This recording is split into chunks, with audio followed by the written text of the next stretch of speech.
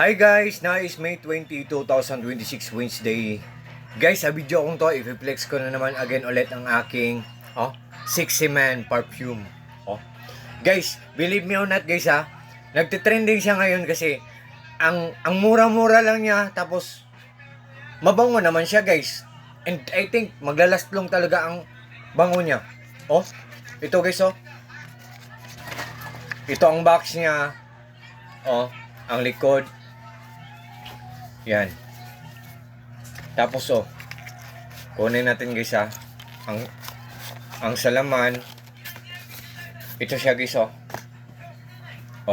Sexy Man.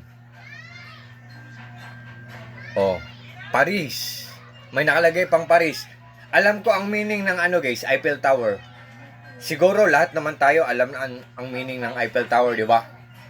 Eiffel Tower, the 3 stories and 300 meters tall tower from the country of France and also in the city of Paris, which is also known as the City of Love. Yun. Paris.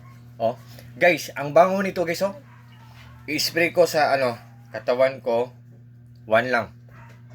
Sa cup ko, 1 din. Yan bango ng cup ko. Yun. Ang ganda guys. Ang mura-mura lang niya. Hindi aabot ng 100 piso ang isa. Pero yung pag-click mo sa link, may choices naman doon. Buy one take one. Tapos may assort. Pag buy one take one, 100 plus. Pero kung isa lang, ang mura-mura lang. So sa lahat po ng mga millennials dyan, malapit na ang school year again.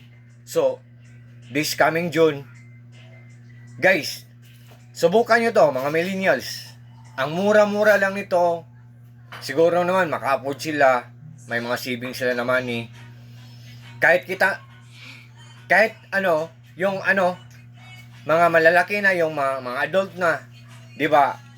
May iba din na masilan, yung gustong mamahalin na perfume, pero ako hindi naman ako masilan guys So kahit adult na ako, sabi ko kanina, mga millennials, baka maka-afford sila nito. Ako din. Guys, ang mura-mura nito. Ang ganda guys.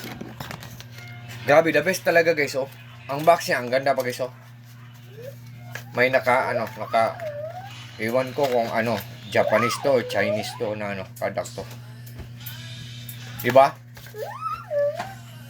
Basta, mabango siya guys mura pa.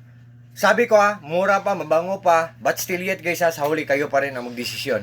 It's up to you guys. What I mean po, hindi po ako namimilit po. Sa lahat po ng mga friends ko dyan, especially na po palaging nag-order sa mga products ko, thank you po sa trust at support. God bless po sa ating lahat, or God bless us all and that's all.